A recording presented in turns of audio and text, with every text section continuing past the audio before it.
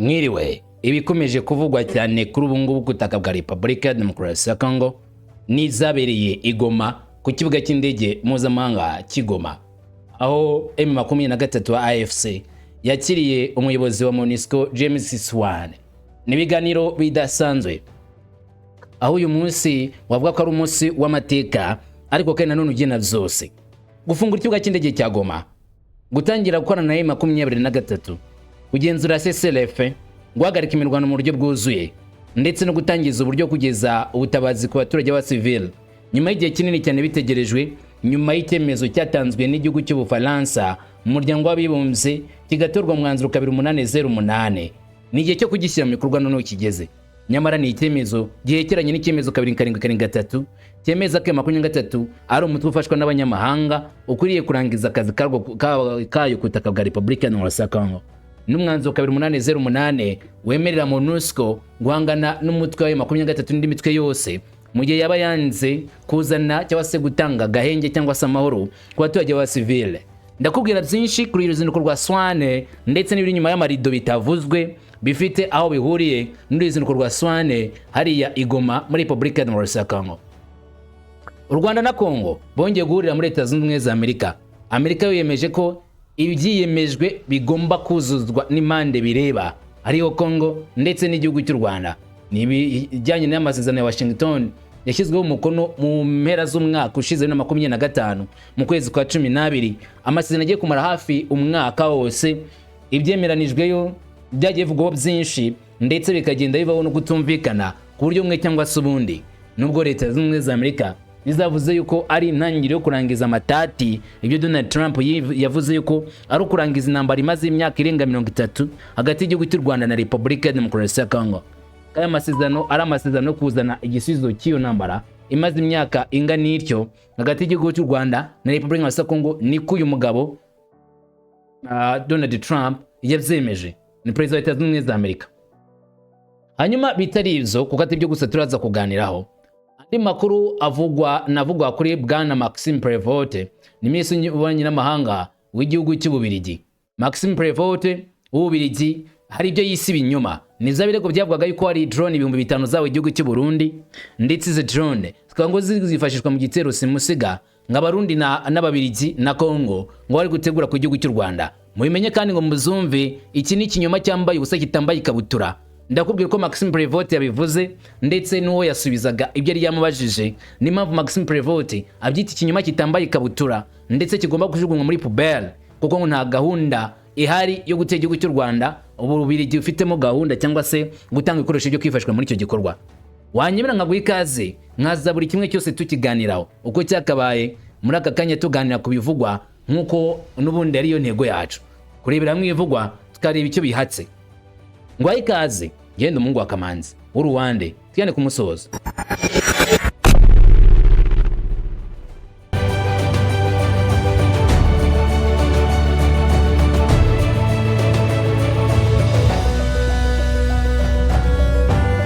Reka tureke byo gutinda mu makorosi, ahubwo tuze twibande cyane cyane kuri aya makuru yiriwe avugwa. Ariko mbere yaho akaba aratangajwe ivy'iyi nkuru bijyanye n'iby'amasezerano ya Washington yongeye kusa nkaho aganirwaho, aho Leta Zunze Ubumwe za Amerika zongeye guhuza ibihugu bibiri, u Rwanda ndetse na Repubulika ya Demokarasi ya Congo.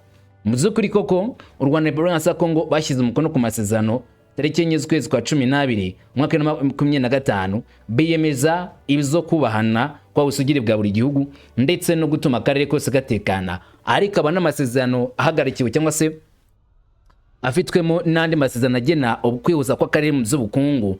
Leta Zunze Ubumwe za Amerika ariyo Big Boss ari no bahagarariye amasezerano. Ubashyizwa umukono ntago higeze byumvikana cyangwa se ntago ibintu babyumvisheho kimwe, kuko Leta y'u Rwanda akomeje gutungwa agatoki mu jisho bayishinja kurenga ku masezerano y'amahoro yasinyiwe Washington batera muri Congo. Ingabo z'u Rwanda zanga kuva muri Congo ngo zikomeza gukora intambara muri Congo, byavuzwe na Leta Zunze Ubumwe za Amerika.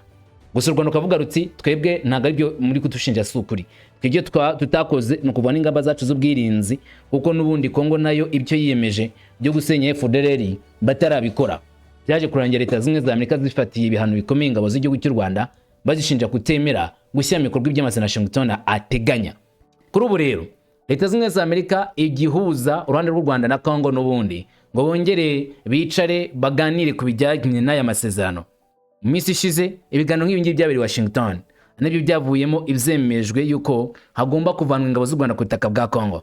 Nyuma yaho Perezida w'u Rwanda Paul Kagame yumvikanye kuri Jeune Afrique avuga ko ingabo z'u Rwanda zitazava ku mipaka, icyo Kongo yita ingabo z'u Rwanda muri Congo, ndetse mu magambo y'His Excellency Paul Kagame avuga yuko ibyo bita ingabo z'u Rwanda muri Congo n'ibikoresho n'iki byose u Rwanda rutazabikuraho mu gihe cyose FDL itari yarimurwa, kuko ibanga mu mutekano w'igihugu cy'u Rwanda bigihari, kandi icyo ngicyo ni impamvu ikomeye cyane yo gutuma u Rwanda rutemera ibyo rusabwa na Leta Zunze Ubumwe za Amerika. Yitwa Masade Barrose, ni uhagarariye Leta Zunze Ubumwe za Amerika yashinzwe ibibazo byo muri kano karere. Leta Zunze Ubumwe za Amerika yashyizeho ni umujyanama Donald Trump, bamwita Senior Advisor for Arab and African Affairs, ni umujyanama ushinzwe ibibazo bya Afurika ndetse n'igice cy'Abarabu. Mu itangazo yashyize kuri X yabaye nk'uwishimira ibyagezweho mu biganiro byabereye i Washington DC. Mu itangazo yashyize kuri X yagize ati: Minisiteri y'Ububanyi n'Amahanga yakiriye inama nziza n'abafatanyabikorwa bacu muri komite ishinzwe ubugenzuzi kugira ngo harebwe aho amasezerano y'amahoro yasinywe hagati ya Kongo n'u Rwanda yageze mu bikorwa muri Kamena ishize. Kongo n'u Rwanda byombi bizongeye kwemeza iki? Ko byiyemeje kugabanya ihungabana no gukomeza gushyira mu bikorwa amasezerano y'amahoro yubakiye ku ntambwe yatewe n'inama twagiranye muri Werurwe i Washington. Turashimira umuryango w'ubumwe bwa Afurika, Togo na Qatar kubw'umusanzu wabo mu gihe dukorana mu gushyigikira amahoro arambye mu biyaga bigari. Kabone nubwo Masade Barrose atageze atanga details z'ibyaganiriweho, ariko yashingiye ku bibazo byiri bimaze iminsi biri kuvugwa n'ubundi muri kano karere, ibyaganiriweho n'umwana w'igitambambuga yabimenya bimwe muri ibyo. Icya mbere ntihari kubura kuganirwa ku magambo aramaze iminsi Donald Trump avuzeho byo kuba u Rwanda rwaravuze ko tazavana ingabo z'ubwirinzi zarwo mu gihe Kongo itari yasinye FDLR. Amagambo anyuze muri Jeune Afrique bivuze ko icyo kintu cyaganiriweho, ariko kandi nanone bakaganira kuri FDLR Kongo itarimo gusenya burundu. Ikindi gishobora kuba cyari ingenzi cyane mu kuganiraho ni uburyo n'ubundi bugomba gukoreshwa mu kugenzura aka gahenge kugira bitazatera ikibazo. Kongo inshuro nyinshi yakunze kuvuga ko u Rwanda ari imbogamizi ku mutekano warwo n'abajya gukurikirana ibyo guhagarika intambara batakwiriye kubamwe abanyarwanda. Urabyibutse nko muri SRF n'abandi. Kuri ubu rero izaganiriyeho nubwo Barrose atabivuze, yavuze ku ingingo imwe gusa. Yavuze ko biyemeje kugabanya ihungabana cyangwa se ihangana ndetse no gukomeza gushyira mu bikorwa amasezerano y'amahoro hubakiwe ku ntambwe yatewe n'inama yari yarabaye n'ubundi. Ku buryo nyine bigomba kugena uburyo guhagarika amage ndetse n'ibibazo byigeza ku ntambara, bagashaka uburyo bwo kubona amahoro n'umutekano birambye. Kandi ibyo ngibyo ngo bishyizweho imbaraga, bishyizweho umutima na Leta Zunze Ubumwe za Amerika, u Rwanda na Repubulika ya Demokarasi ya Congo. Ariko noneho bari muri ibi ngibi mu gihe nanone igoma hari ibindi. Hashize igihe kinini bivuga ko M23 kuva yagenzura umujyi wa Goma, ikibuga cy'indege kitongeye gukoreshwa kitabaye nyabagendwa, ndetse habaye saga cyangwa tubyita ibibazo biremereye byo guhamagara M23 kurekura ikibuga cy'indege kikongera kigakora. Ibyo M23 yakomeje kwanga, ndetse u Rwanda rwo rukagenda rubizanwamo, rukagenda ruvuga yuko ibingi bikwiye kwazwamo M23. Ububiligi, Ubufaransa babaye bimbere cyane mu gusaba ko ikibuga cy'indege cya Goma cyakoreshwa. Gusa M23 yakomeje kuyihakana, ariko icyemezo kigena ibyitwa ubufasha cyangwa se ubutabazi ku basivile ngiki kijye gutuma igihugu cy'indege cya Goma gifungurwa Olingate. Kuva mu kwezi kwa mbere ku mwaka wa 2023 kugeza uyu munsi ntabwo hari haba ingendo rusange ku kibuga cy'indege cya Goma. Gusa iyi ni inshuro ya kabiri indege z'umuryango w'abibumbye ziguye ku kibuga cy'indege cya Goma. N'aya magambo James Swan yavugiye ku kibuga cy'indege cya Goma, ahamya neza cyane ko bari mu biganiro na M23 byo kugena uburyo bwo kwita ku basivile. Uretse gato mbere y'ibi ngibi ni inama y'umuryango w'abibumbye agashinzwe gashinzwe umutekano ku isi kemeje umwanzuro 2808 yemera mu MONUSCO gukomeza ku butaka bwa Kongo kugenzura ishyirwa mu bikorwa ry'agahenge no gukurikirana imitwe y'ishyamba yigize ndigabo ubundi bayiha ibyikwiriye. Nyamara Leta Zunze Ubumwe za Amerika zatije umurindi MONUSCO, bavuga ko ku neza cyangwa se ku nabi. Abo ku ruhande rwa M23 no bakwiriye kumva neza yuko amahoro n'umutekano ari ngombwa.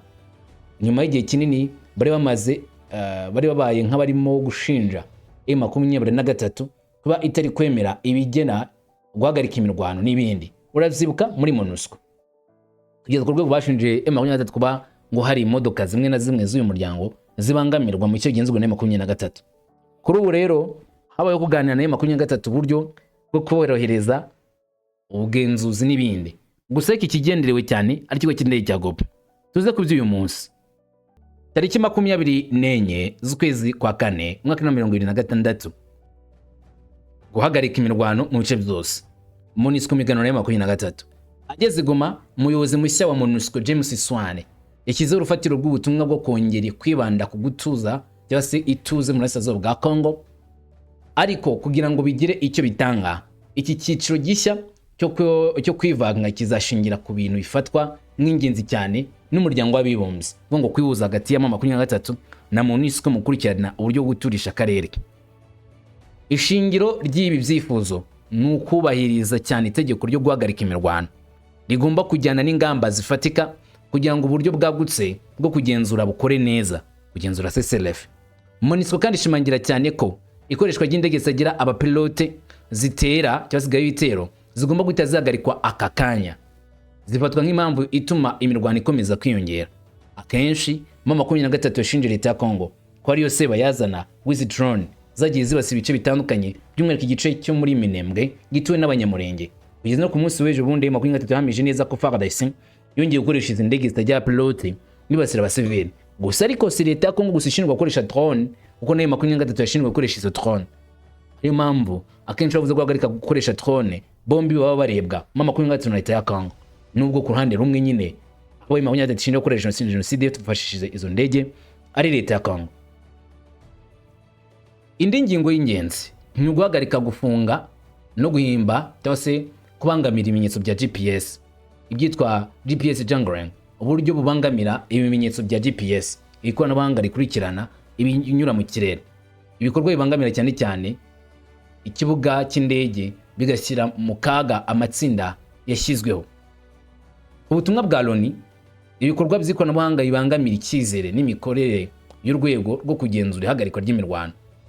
Uburyo bwizwe nka GPS jamming cyangwa se jungling ni uburyo bwashinzwe M23, aho M23 bavuze ko ifite ikoranabuhanga ryinjirira za GPS cyangwa se uburyo bwo kuburizamo ibimenyetso signal y'ibikoresho ikoranabuhanga byoherezwa mu bice bya M23. Fate nk'urugero, nimba ari drone cyangwa se indege yerekeje mu gice cya M23 bagahita bakivana kuri GPS bagatuma bari bakikugenzura batakikibona bakagihagarika. Ariko na leta ya Congo yashinzwe kuba yatangiye kuzana iryo koranabuhanga yavanye mu Buhinde yo utangira kwifashisha ikurikirana none drone n'ibindi bikoresho na za telefone kurande rwa M23. Ngibyo rero bigomba guhagarikwa, iyo GPS jamming igomba kuvaho ku gikorwa bya MONUSCO bigende neza, kandi uruhande rwa M23 rwabyemeye.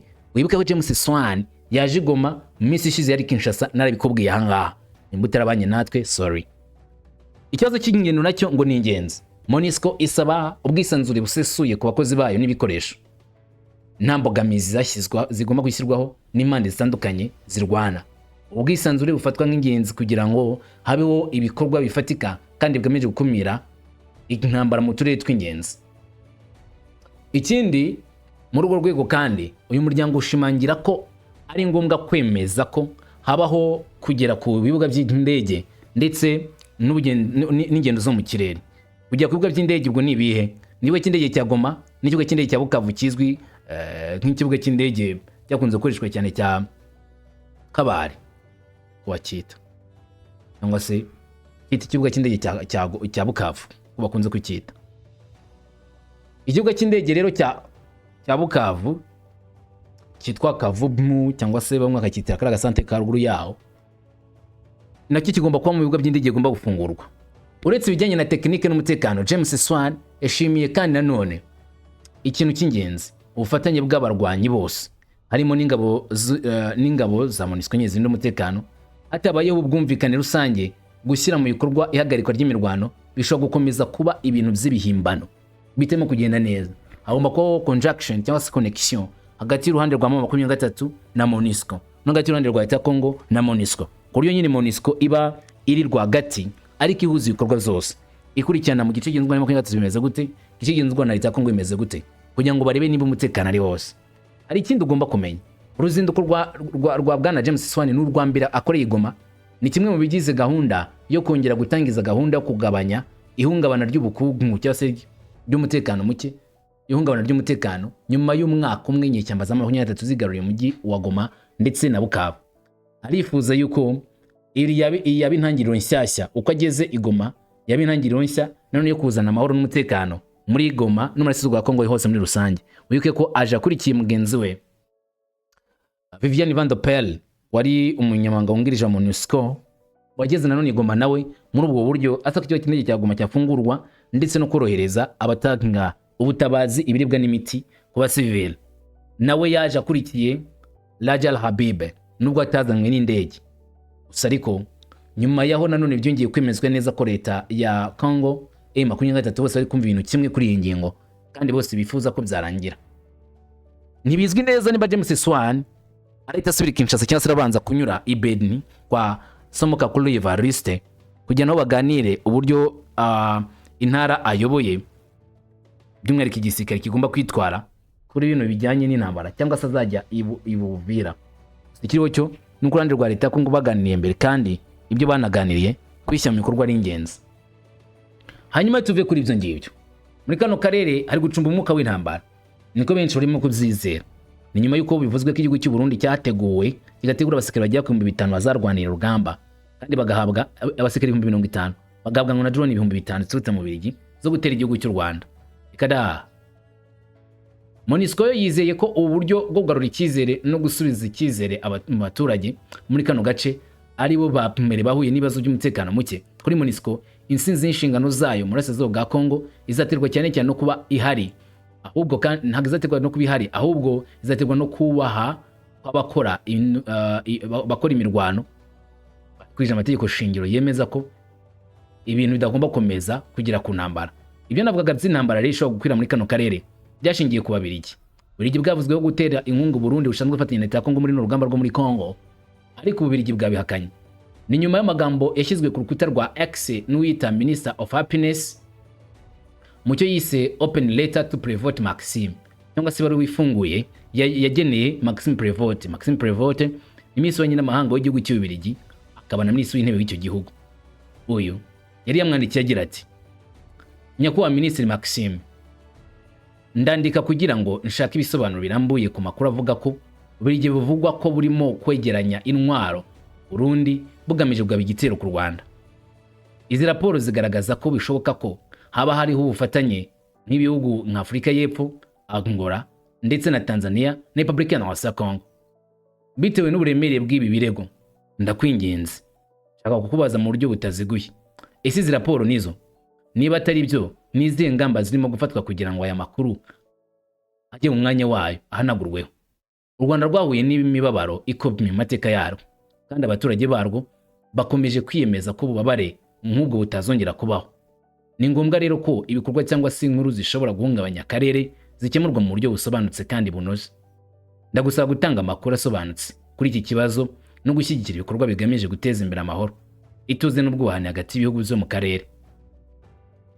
Ati mu by'ukuri ndagushimiye.